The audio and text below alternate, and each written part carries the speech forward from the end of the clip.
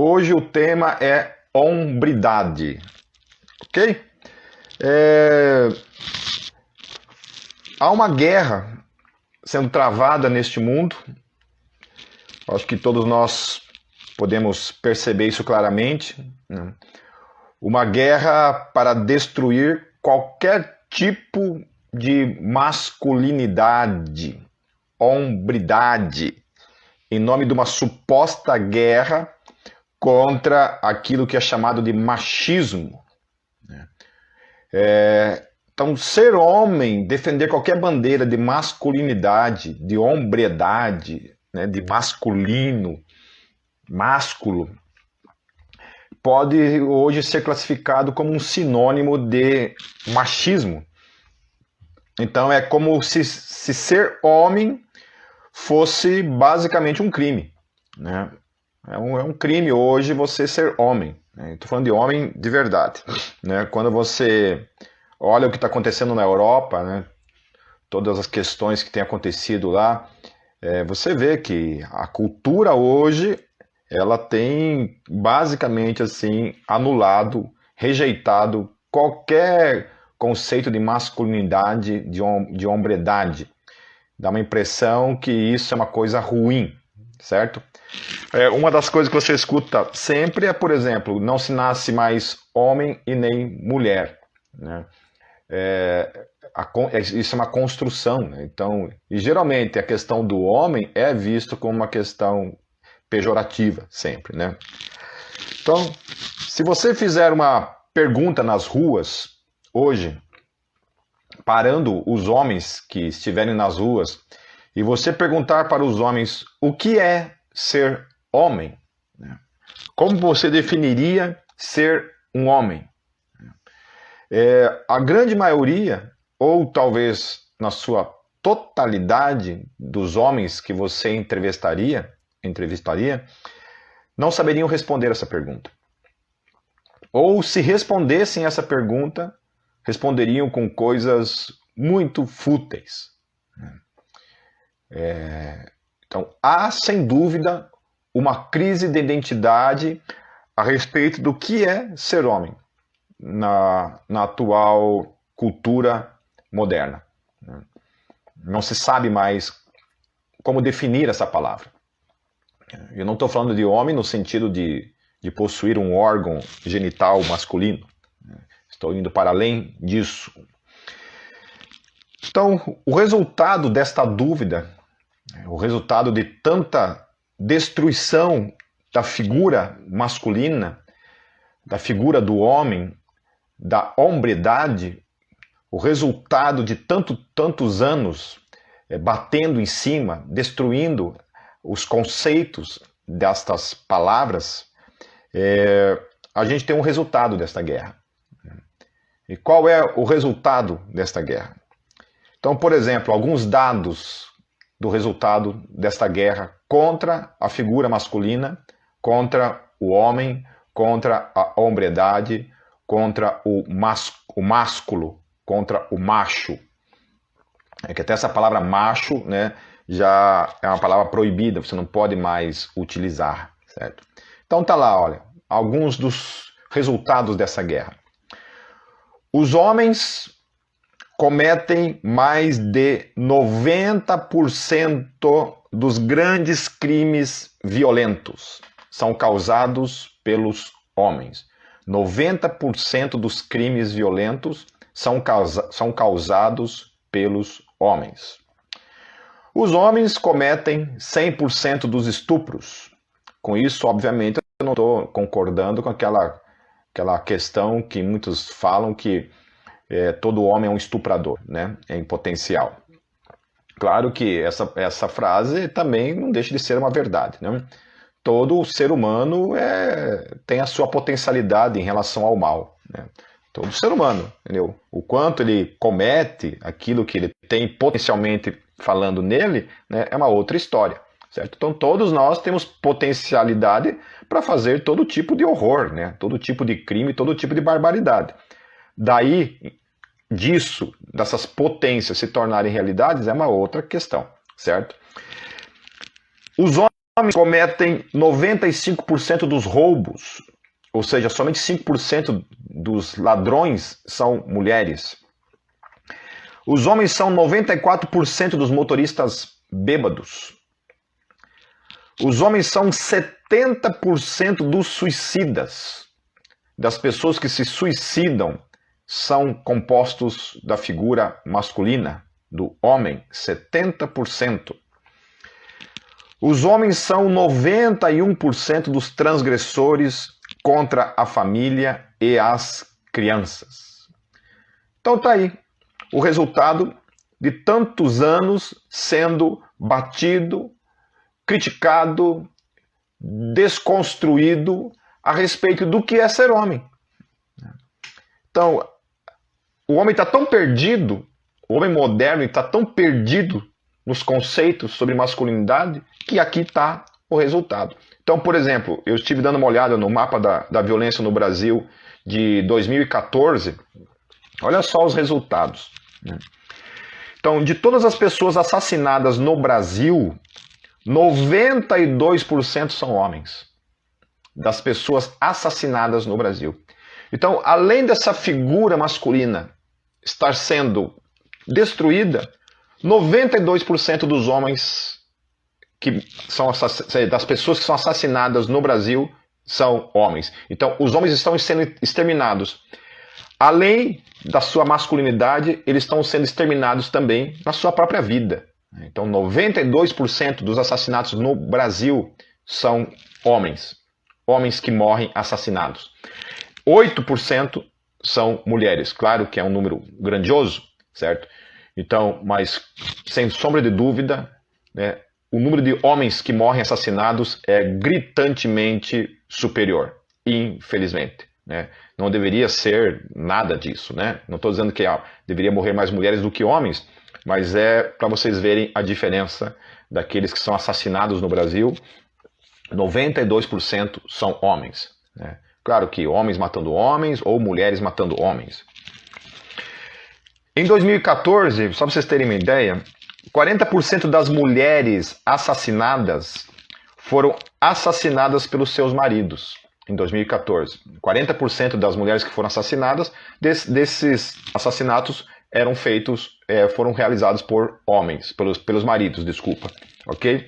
Num total de 1.902 mulheres assassinadas pelo seu marido, isso em 2014. Porém, também em 2014, 6% dos homens assassinados, desses 92%, né? 6% dos homens assassinados foram assassinados pelas suas esposas. Então essa ideia que se tem por aí, né? Quando se fala de feminicídio, sempre se tem essa ideia, né? Essa ideia meio que geral, assim, de que é só o homem que mata a esposa, né? Só o marido que mata a esposa e por isso, né, tem todo esse tipo de lei em relação ao feminicídio e tal, né? Mas olha só que interessante essa questão, né? Então, os 6% desses homens que são assassinados, né, todo ano, são assassinados pela própria esposa, ou seja, a esposa mata o cara. Né?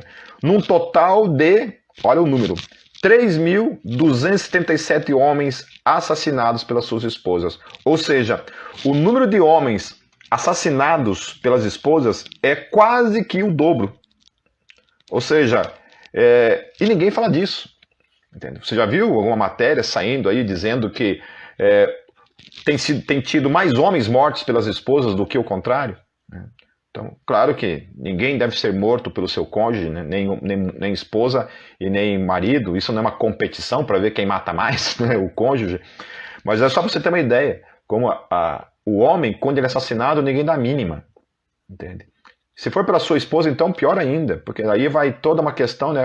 Ele deve estar devendo alguma coisa, por isso que ela matou ele. Né? Então, essa é a realidade. Tá certo? Ou seja, no Brasil, anualmente, mais homens são mortos por suas esposas do que o contrário. E aí nós temos somados a isso toda a concepção, né, popular, reducionista do que é ser homem. Né? Então alguns tem o conceito de que o que é ser homem, né? Que é um conceito antigo, né? Que meu pai tinha esse conceito muito claro na vida dele, que é trabalhar e trazer comida para casa, né? Então muitos homens reduzem a sua masculinidade a isso, né? O que é ser homem? É sair de casa, trabalhar e trazer comida para casa. Um outro conceito, e aí talvez seja da grande maioria dos jovens, né? Ou dos homens atualmente, né? Dos que não estão casados, né? Ou dos que estão casados e ainda assim são inclinados à infidelidade conjugal, né? Então ela é ter uma vida promíscua com diversas mulheres, né? Então ser homem é isso, o cara que tem um monte de mulher, que pega um monte de mulher, então esse é um conceito também, né, de masculinidade, entre aspas, né? Uma outra coisa, também ter um físico, né? Um cara que faz uma academia, então ele se acha mais homem porque ele tem um corpo definido, né? Então reduz a isso a masculinidade, né? Ou então ser bem sucedido financeiramente falando, né? Ou seja, ter dinheiro, ser um cara rico. Então são definições populares acerca do que é ser homem, né? Qual o conceito de hombridade? Que se comporta de maneira íntegra, com dignidade, honradez, que demonstra coragem, bravura, destemor, valentia, que ultrapassou as dificuldades com hombridade. Etimologicamente, a palavra hombridade se originou a partir do espanhol hombredad, que quer dizer qualidade ou dignidade de ser homem, ou qualidade exclusiva dos homens, certo? Então, esse é o conceito de hombridade e que nós vamos estar trabalhando, assim, alguns pilares a respeito do que é, de fato, você ser homem, do que é, de fato, você ser uma pessoa, um homem que caminha em hombridade, certo? Então, os pilares da hombridade. O que a hombridade vivida por um homem manifesta neste mundo? Então, primeira coisa, o primeiro pilar é liderança, ok? Então, assim, algumas mulheres talvez não vão gostar muito do que eu vou falar, né? Mas esse é o primeiro pilar. Antes que eu me esqueça, queridos, eu queria indicar alguns livros, tá? Que vão tratar e falar sobre hombridade, que são livros que eu li, eu só estou indicando livros que eu li, tá? Eu não costumo indicar livros que eu não tenha lido, né? Porque daí eu vou estar falando de uma coisa que eu nem sei o conteúdo, ok? Então, assim, primeiro livro, Coração Selvagem, do John Eldredge, muito bom, queridos. Esse livro eu tinha esgotado, mas ele foi relançado, ok? O pessoal da comunicação vai estar colocando os nomes aí abaixo ou depois lá nos comentários, ok? Coração Selvagem, do John Eldredge. Leia esse livro, homens, leiam esse livro, é muito bom. Ele foi lançado pela CPAD. Ele foi relançado, mas eu não sei se ele foi relançado pela CPAD. Eu desconfio que foi relançado por por outra editora, tá? Mas eu vi assim já em várias livrarias, é uma outra capa tal, né? Mas o título é esse. Coração Selvagem, de John Eldredge. Outro livro, infelizmente esgotado, você não encontra mais para comprar em livrarias, somente por sebos, né, ou sebos virtuais, ou na sua cidade aí. Dá uma procurada aí, queridos. Às vezes você acha, tá? Chama-se Guerreiro Gentil, de Stu Weber, ok? É excelente, muito bom esse livro. Esse livro, inclusive, muito do que eu vou falar nessa noite, um pouco dele é extraído daquilo que do que o Stu Weber fala nesse livro, ok? Guerreiro Gentil, de Stu Weber. Então, só pelos subtítulos aqui você já vê, né? O propósito de todo homem, o sonho de toda mulher, a esperança de toda criança. A intenção de Deus para o homem. Muito bom, queridos, muito bom. Outro livro que fala sobre amizade entre homens é Um Abraço Amigo, também do Stu Weber, ok? Muito bom. Ele foi lançado pela editora Quadrangular, mas como eu falei, os dois do Stu Weber estão infelizmente esgotados, não foram relançados, infelizmente, não foram relançados, ok? E eu nunca encontrei eles em PDF também, tá? Muito difícil você achar, tem que procurar em sebo, tá certo? O outro livro é O Silêncio de Adão, de Larry Crabb. também muito bom. Esse livro é um livro que já faz muito tempo que foi lançado, né? Então esse ainda tem para comprar, tá? Da editora Cepal, O Silêncio de Adão, de Larry Crabb. Um outro que vai tratar a questão da sexualidade é esse livro aqui, A Batalha de Todo o Homem. Nossa, o nome do autor aqui eu vou ter que virar aqui para ler, tá? A Batalha de Todo o Homem, de Stephen Arterburn e Fred Stott. A Batalha de Todo o Homem. Tem também o livro A Batalha de Toda Mulher, né? Para as mulheres que estão assistindo e que quiserem ler, né? O interessante em todos esses livros aqui que eu estou mencionando para vocês, a gente, quando dava discipulado, né? Os homens que eu discipulei, eles tiveram que ler esses livros. Quando eu trabalho com discipulado, geralmente eu indico esses livros para a leitura dos homens. Eu sempre indico também para as mulheres lerem, né? Até mesmo para elas terem uma visão melhor do que é ser homem, né? Daquilo que os homens têm como batalha e luta na sua vida. E também indico para os homens lerem os livros que as esposas também leem, né? Por exemplo, esse Em Busca da Alma Feminina, esse A Batalha de Toda Mulher, né? São livros muito bons para mulheres lerem e também eu li, né? E indico para os homens também lerem. Ok, queridos? Então esses livros aí eu indico para todos os homens lerem, tá certo? Invista na sua masculinidade, ok? Invista na sua masculinidade, porque tem um diabo, seus anjos, toda uma cultura, toda uma mídia, toda uma sociedade querendo destruir a sua masculinidade, querendo te ditar a maneira de você ser homem, que não é aquilo que Deus projetou para a sua vida.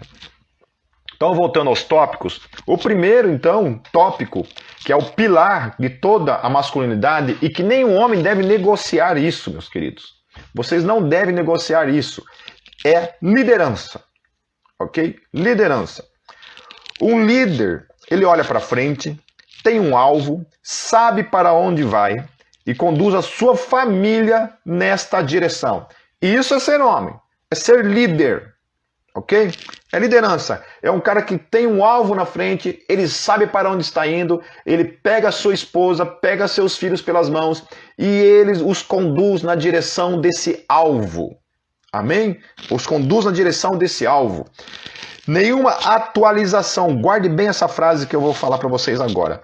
Nenhuma atualização feminista, supostamente com cara cristã, pode biblicamente tirar do homem esse papel de líder.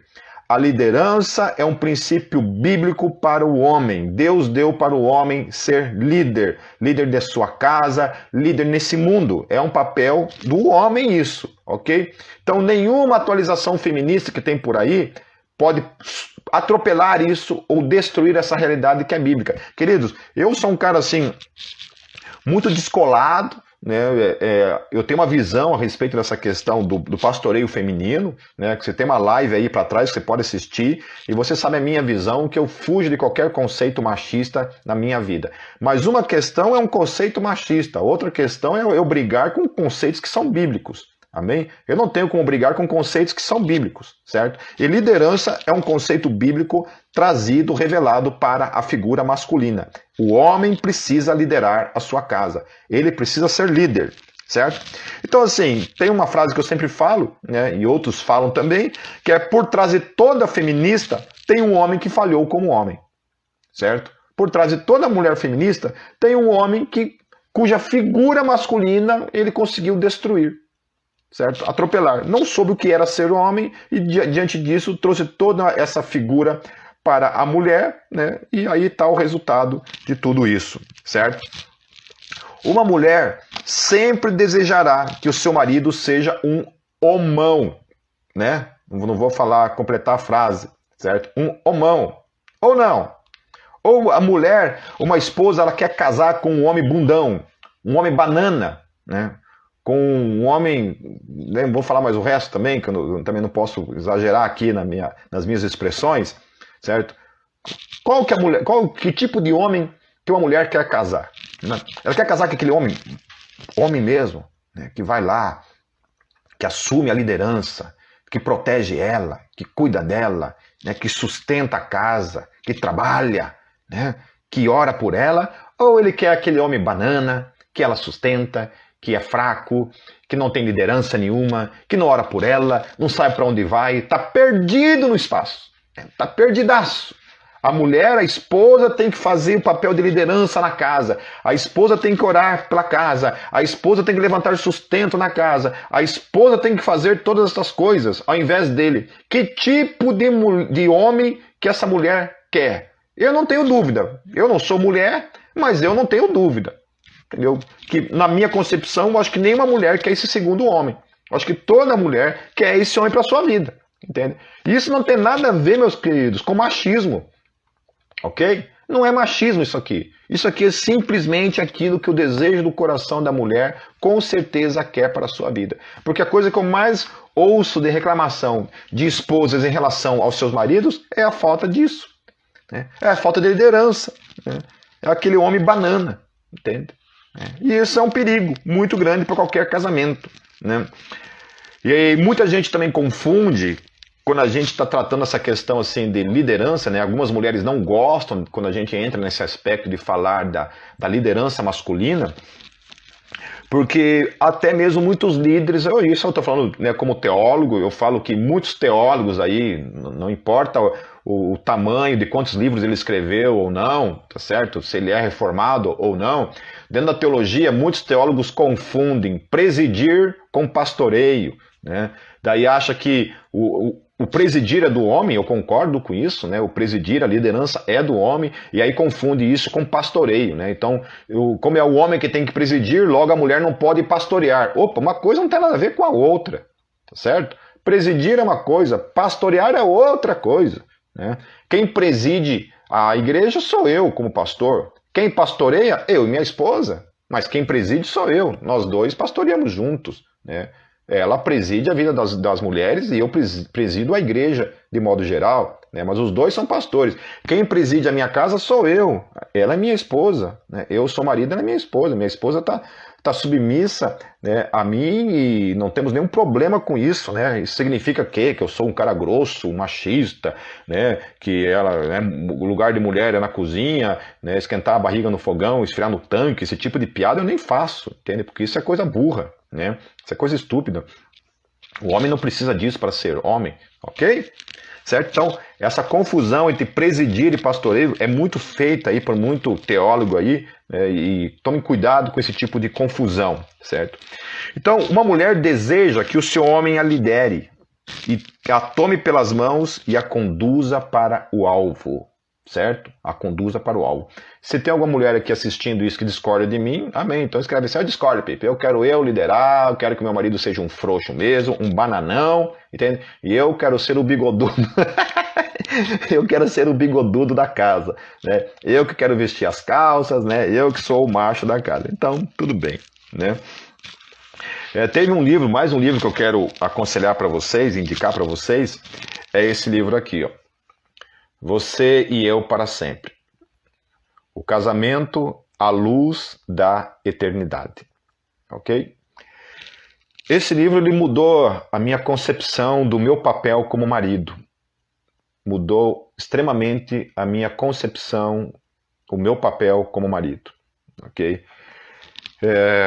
O Francis Chan e a Lisa Chan, né, a esposa deles, escreveram esse livro juntos. E a máxima, assim, a verdade desse livro, ele fala assim que o papel do marido cristão, né, obviamente, é conduzir a sua esposa até a eternidade. Né? Esse é o meu papel como marido. Eu tenho um dever diante de Deus, eu tenho uma missão diante de Deus. É conduzir a minha esposa até o fim dos meus dias, aos pés do Senhor Jesus, e encaminhá-la à luz da eternidade. Sempre com os olhos na eternidade. No fim dessa live, a gente vai trabalhar um pouco mais acerca desses conceitos, ok? Mas é um livro assim imprescindível, meu amigo, para todos que são casados, homens e mulheres, especialmente você, homem. Compre esse livro, sabe? Leia esse livro. Ele vai fazer uma diferença muito grande no seu casamento, na sua vida. Certo? Deixa eu ver uma coisa aqui. Então, por isso que nada supre o fracasso de uma família. Amém? Nada supre o fracasso de uma família. Então, os homens precisam estar com os olhos fitos nisso, na sua liderança. Inclusive, a medida de um homem é a saúde espiritual e emocional da sua família. Vou repetir novamente essa frase para deixar bem claro. A medida de um homem, a estatura de um homem acerca da sua masculinidade, você quer ver como é que está a masculinidade desse homem, a régua para medir isso, né, ou o termômetro que se mede isso, é a saúde espiritual e emocional da sua família. É claro que nós não somos perfeitos, é claro que a tua família pode vivenciar momentos assim de depressão, né, de crises emocionais, mas o homem tem que estar atento a isso. Ele não pode aceitar isso para a sua vida como uma derrota, ele tem que estar sempre se voltando, lutando, batalhando contra isso, para que a sua família tenha uma saúde emocional melhor. Amém? Para ser suporte, para ser compreensível quando a esposa estiver passando por um momento de depressão, ela não estiver bem, quando o seu filho adolescente entrar naquela fase de questionamentos, de crises, né? E crises também existenciais consigo mesmo, né? Você tem que estar atento a isso, você vai precisar de maturidade, você precisa de liderança nessas horas para saber o que fazer, né? Para que isso ocorra, primeiramente, o homem precisa viver a sua vida aos pés daquele que é o nosso alvo máximo de masculinidade. Quem é esse homem? Jesus de Nazaré. É dele que nós aprendemos, é dele que vem inclusive a capacitação para sermos esses homens ideais, esses líderes ideais da nossa casa, da nossa família, na sociedade. O C.S. Lewis, ele dizia: Deus é tão masculino que toda a sua criação é feminina em comparação. Então, aonde que a gente aprende acerca do masculino? Desse homem, desse líder? É em Deus, é em Cristo Jesus. Se você quer aprender a ser homem, é com Jesus que você aprenderá a sê-lo. O segundo pilar, meus queridos, primeiro liderança, o segundo pilar, proteção. Então, não sei quantos sabem da tristeza do que está acontecendo em alguns países na Europa, né? Na Noruega, na Suécia, que é a questão de que muitas mulheres nesses países têm sido estupradas por imigrantes, né, muçulmanos. Eu não estou colocando todo muçulmano no mesmo pacote, não estou falando isso, que todo muçulmano é isso. Estou falando que os casos que têm acontecido lá de muitos muçulmanos estarem estuprando essas mulheres. E culturalmente falando, os homens desses países não podem fazer nada. Eles são impedidos de defenderem as suas mulheres, porque defender a mulher é proibido. É como se fosse um pecado. É antipoliticamente correto, entende? Então, imagine, cara, você tem uma sociedade em que os homens não podem proteger as esposas. E, obviamente, tem homens que, sabendo disso, né, fazem uso disso para justamente promover a violência contra a mulher. Então, os homens, eles são mais corajosos quando estão protegendo e defendendo. É do homem isso. É do homem ele proteger a esposa, né? Uma vez a Kátia foi num supermercado e quando ela voltou, ela me contou que um cara passou por ela assim, empurrou ela assim, deu um soco nas costas dela, né? Falei, Deus sabe o que faz. Porque se eu estou lá presente, né, sabe Deus onde eu estaria agora, né? Preso, talvez, né, alguma coisa eu teria feito, né? Provavelmente eu não seria orar pelo cara. Né? Mas é isso, né? Existe isso. Algo em nós, nos homens, instiga, né, quando se trata de proteger aqueles que a gente ama, esposa e filhos, né? Então, imagine, né? Um homem de verdade, então, ele dá a sua vida pela sua esposa e pelos seus filhos. Um homem de verdade, ele morre pela sua esposa e pelos seus filhos. O nome mais humilhante que você pode dar para um homem é chamá-lo de covarde. Graças a Deus, nunca ninguém me chamou disso, apesar de que eu muitas vezes ter me acovardado diante de muitas coisas da vida, né? Mas consciente de que isso é uma vergonha, né? Isso é uma vergonha. Amém? Então, também é o papel do homem proteger a esposa. Eu fico pensando nessas feministas que ficam gritando aí contra essa questão da não necessidade de que o homem a proteja. Aí está numa situação em que ela está apanhando de um homem, e como ela desejaria que aparecesse um homem forte para a defender desse tipo de agressão, né?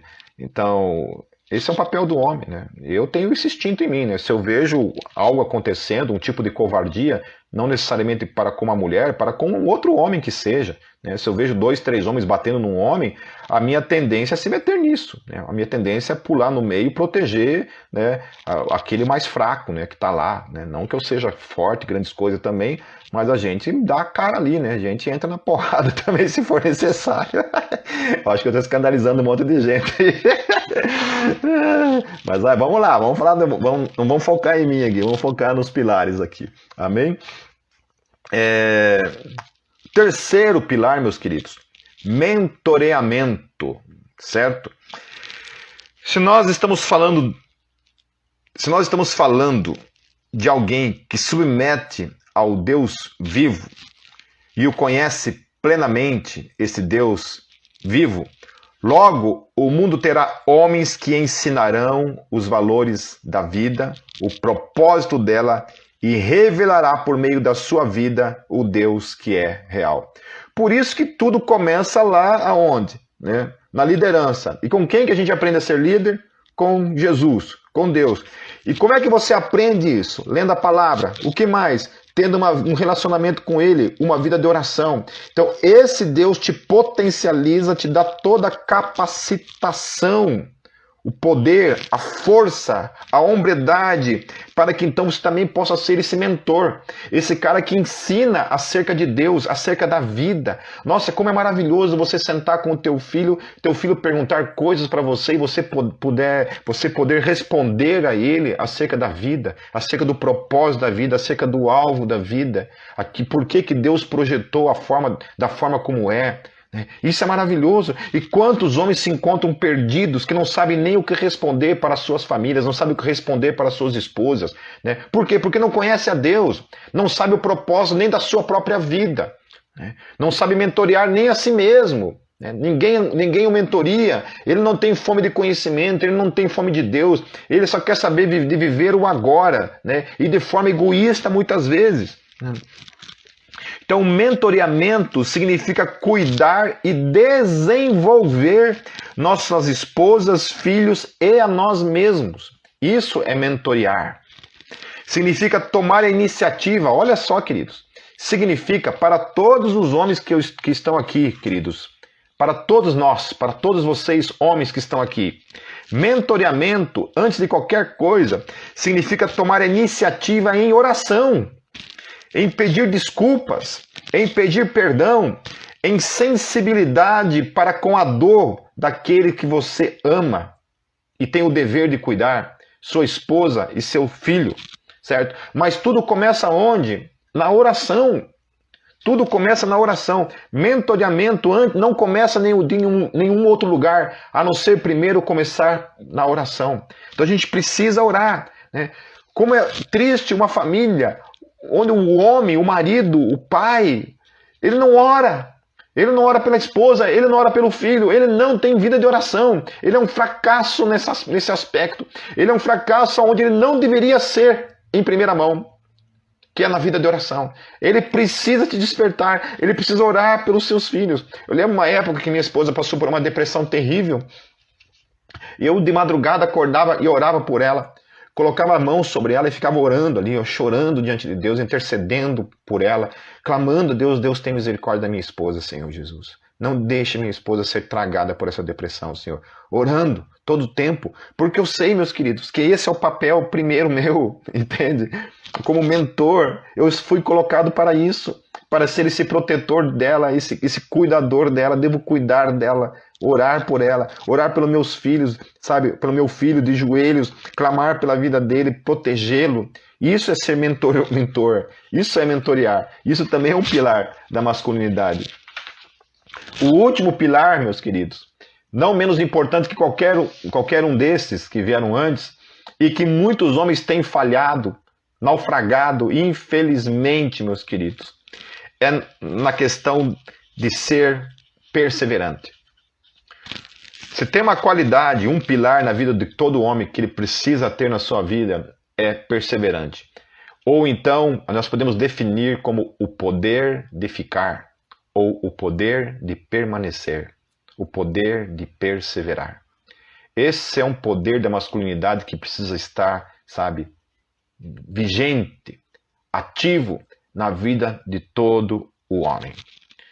Lá em Efésios capítulo 5, 25, diz assim: Vós, maridos, amai vossas mulheres como também Cristo amou a igreja, e a si mesmo se entregou por ela.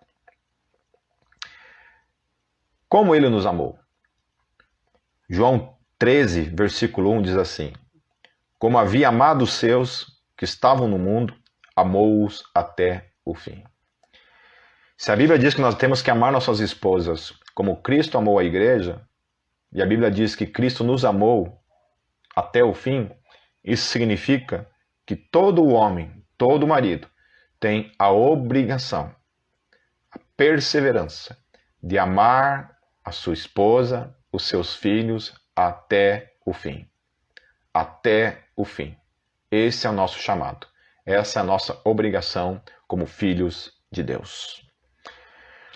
Quando nós olhamos para o apóstolo Paulo, nós podemos verificar sem dúvida o que é um homem por excelência. E especialmente nessa área, nesse último pilar que nós estamos tratando aqui. A Bíblia fala que Paulo não era um homem casado, Paulo foi solteiro, mas ainda assim Paulo falou acerca de casamento, deu conselhos para os maridos, deu conselhos para as esposas, porque aquilo que ele falava não vinha dele. Aquilo que ele falava vinha da parte de Jesus.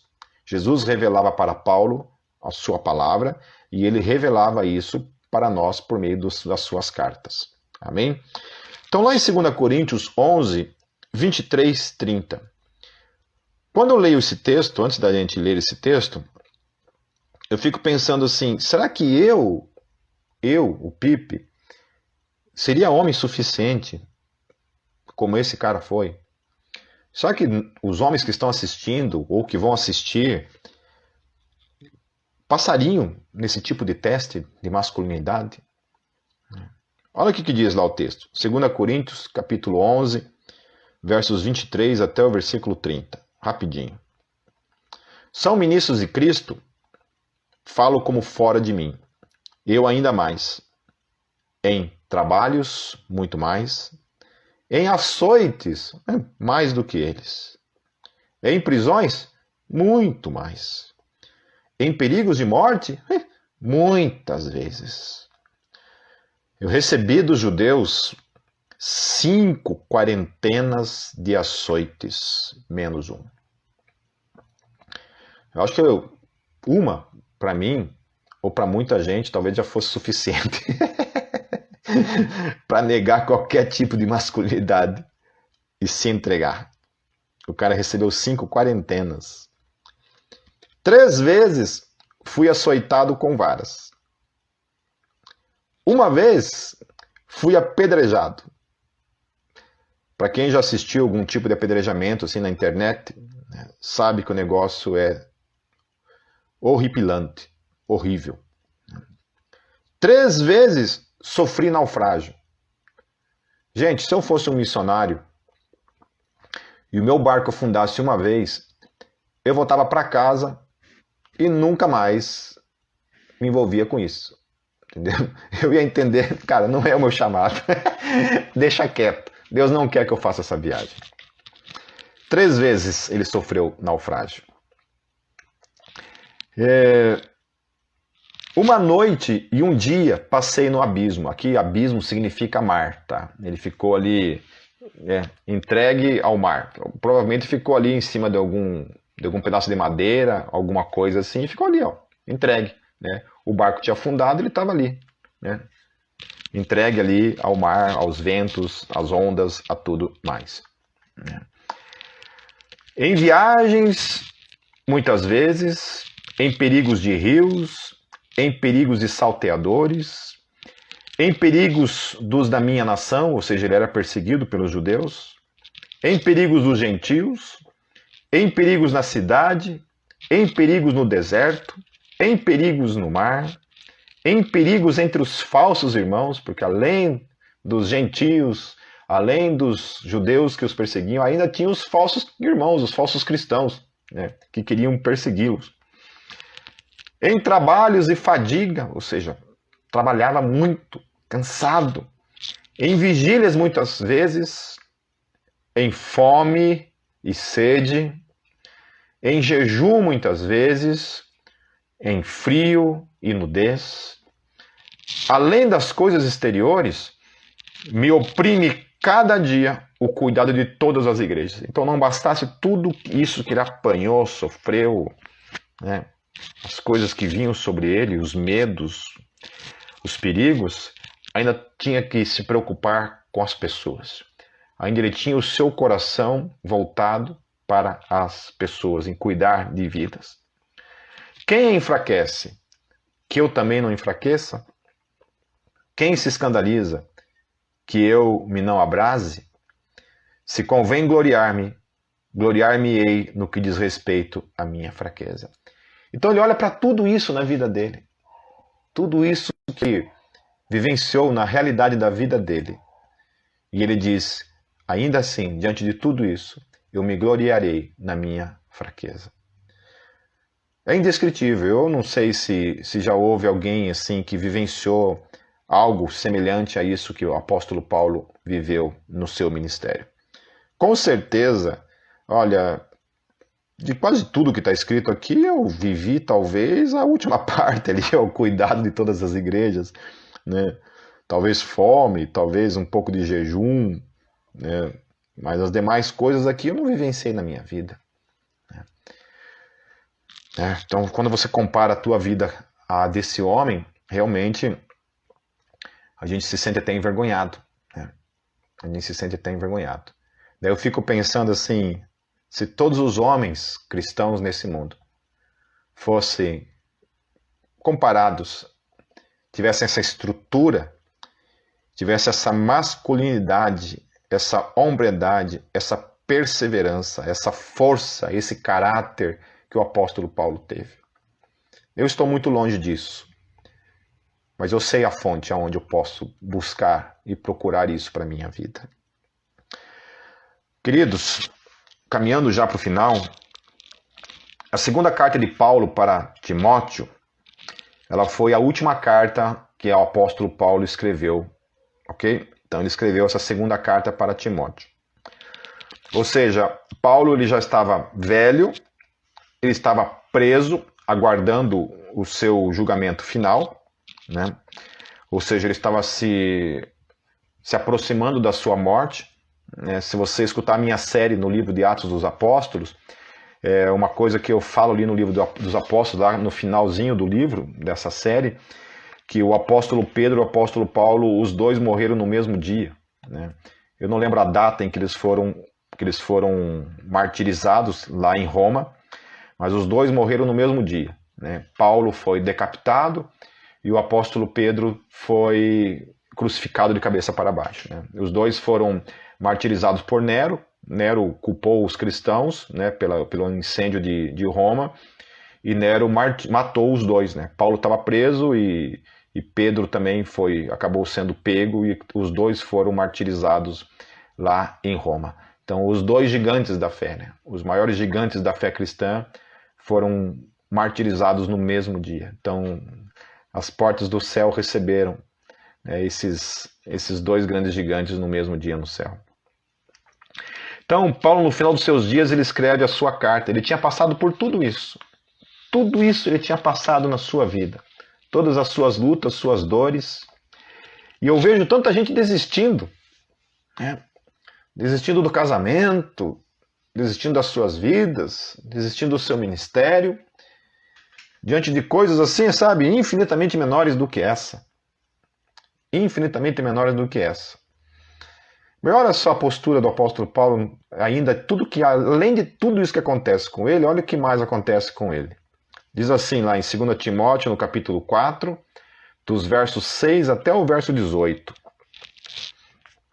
Diz assim: porque eu já estou sendo oferecido por aspersão de sacrifício, e o tempo da minha partida está próximo. Combati o bom combate, acabei a carreira, guardei a fé. Desde agora, a coroa da justiça me está guardada, a qual o Senhor, justo juiz, me dará naquele dia. E não somente a mim, mas também a todos os que amarem a sua vinda. Procura vir ter comigo depressa. Daí começa a descrever algo muito triste. Porque Demas me desamparou, amando o presente século, e foi para Tessalônica. Crescente para a Galácia. Tito para a Dalmácia. Somente Lucas está comigo. Toma Marcos e traze-o contigo, porque me é muito útil para o ministério. Também enviei Tíquico a Éfeso. Quando vieres, traze a capa que deixei em Troade, em casa de Carpo, e os livros, principalmente os pergaminhos. Alexandre, o latoeiro, causou-me muitos males. O Senhor lhe pague segundo as suas obras. Tu, guarda-te também, porque resistiu muito às nossas palavras. Guarda-te também dele, porque resistiu muito às nossas palavras. Ninguém me assistiu na minha primeira defesa. Antes, todos me desampararam. Então eu fico pensando nesse homem, sabe? Que sofreu tudo que sofreu por causa do Evangelho. Velho, preso, preocupado com a igreja, com a saúde da igreja. Está ali, aguardando o seu julgamento, certo de que a morte estava se aproximando, de que seus dias estavam finalizados.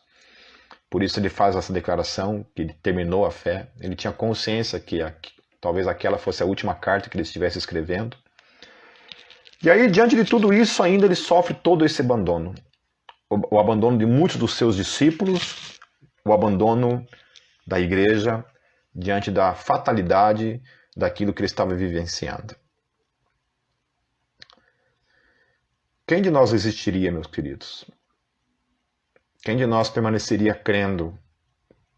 Quem de nós permaneceria glorificando a Deus, louvando a Deus? Quem de nós continuaria firmes, fundamentados, focados no legado construído durante toda a história e que agora estava sendo colocado mais uma vez à prova? Ele continua dizendo assim, que isto lhes não seja imputado. Olha só, ele perdoa todos eles. Ele perdoa aquele abandono. Aí eu fico pensando em tanta gente, né, que abandona a igreja, desiste da igreja por causa do fulaninho ali, por causa de uma picuinha ali, por causa do pastor fulano, porque o pastor não visitou, porque o pastor não orou, porque o pastor não ouviu, porque o pastor não atendeu o telefone. Ai, porque eu tive uma desavença. Ai, porque eu não vou com a cara do fulano, porque eu não vou na cara do irmão, né? Especialmente quando é homem, né, queridos? Especialmente quando é homem, né? Sabe, eu sentiria vergonha quando eu olho para isso daqui, sabe? Sinta vergonha mesmo, sabe? Se você está ouvindo eu aqui nessa noite e você é uma pessoa que se encaixa nesse tipo de gente, sabe, melindrosa, que fica chateadinho por qualquer coisa, sabe? Tome vergonha, sabe? Leia esses textos novamente depois, sabe? E se envergonhe diante disso, de verdade. Mas, olha só, a diferença. E por isso que a gente deve perguntar, de onde vem toda essa hombridade? De onde veio a hombridade na vida deste homem? De onde ela veio? Aí diz assim, mas o Senhor assistiu-me e fortaleceu-me, para que por mim fosse cumprida a pregação, e todos os gentios a ouvissem, e fiquei livre da boca do leão. Eu acho isso tremendo. Essa é a diferença de um homem, como eu falei no começo, um homem que é líder, um homem que tem um alvo, um homem que sabe para onde está indo, um homem que tem um relacionamento com Deus, um homem que ama Jesus, um homem que experimenta esse Deus real e vivo no seu dia a dia. Então, por isso que ele caminha nessa direção. E ele enfrenta, meus queridos, rios, ele enfrenta tormentos, ele enfrenta chicotadas, ele enfrenta, assim, sabe, todas as dificuldades, os assaltos, ele enfrenta o abandono, e ele não está nem aí, ele continua em frente, ele continua, não, Deus, perdoa-os, e vai em frente, ele continua em frente porque ele é homem, ele é perseverante, ele tem hombridade na vida dele, ele tem caráter, entendeu? Longe, Paulo não era um homem perfeito, com certeza Paulo não era um homem perfeito, assim como nenhum de nós somos. O diferencial na vida de Paulo não era ele em si mesmo, mas era aquele que vivia nele, certo? Por isso que Paulo falava, né, com a boca cheia, porquanto não sou eu mais quem vive, mas Cristo vive em mim, e a vida que agora vivo-a pela fé no Filho de Deus, que me amou e se entregou por mim. Então era Cristo que vivia nele, por isso ele tinha a ousadia de dizer, sede meus imitadores, porque eu sou de Cristo. Como nós precisamos de uma igreja, de uma sociedade, de homens, machos, líderes, protetores, homens que sejam mentores, homens que sejam perseverantes, que possam dizer isso sem medo de ser feliz. Sede meus imitadores, porque eu sou de Cristo. E a razão porque nós não falamos isso é porque nós temos uma péssima vida com Jesus, porque nós temos um péssimo caráter, porque nós somos muito falhos, porque nós não somos cheios do Espírito Santo. E aí, meu querido, se eu e você, que supostamente somos pessoas que estamos orando, buscando a Deus, somos assim, quem dirá o resto do mundo? Por isso essa crise, essa falta de hombridade no mundo. Por isso que o homem está sendo destruído. A visão do que é masculino, do que é macho, do que é homem, está sendo destruído na sociedade.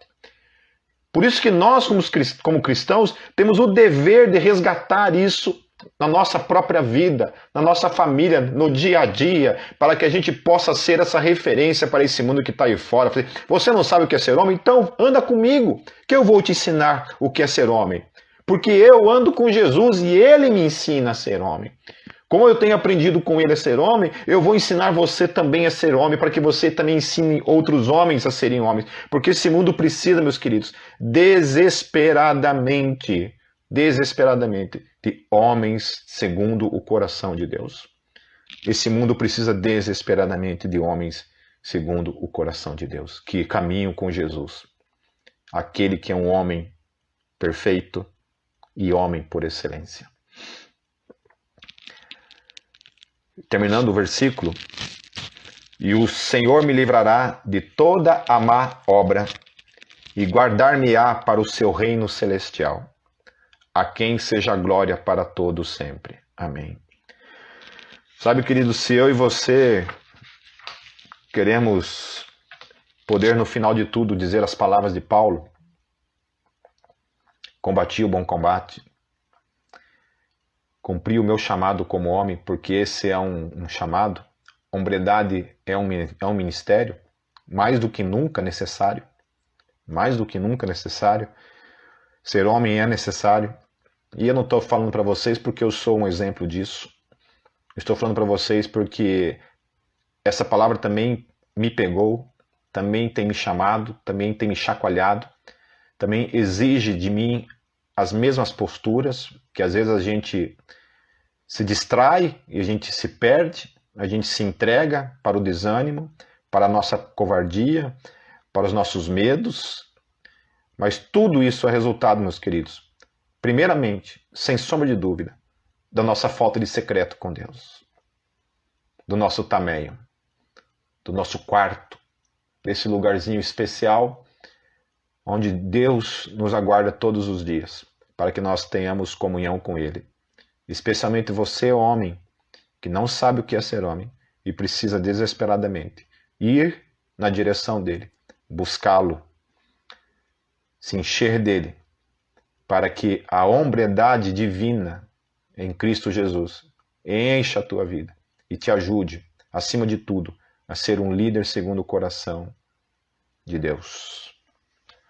A ser um mentor acima do coração de Deus, a ser um homem que persevera e um homem que protege a sua família dos ataques do inimigo que estão ao derredor o tempo todo.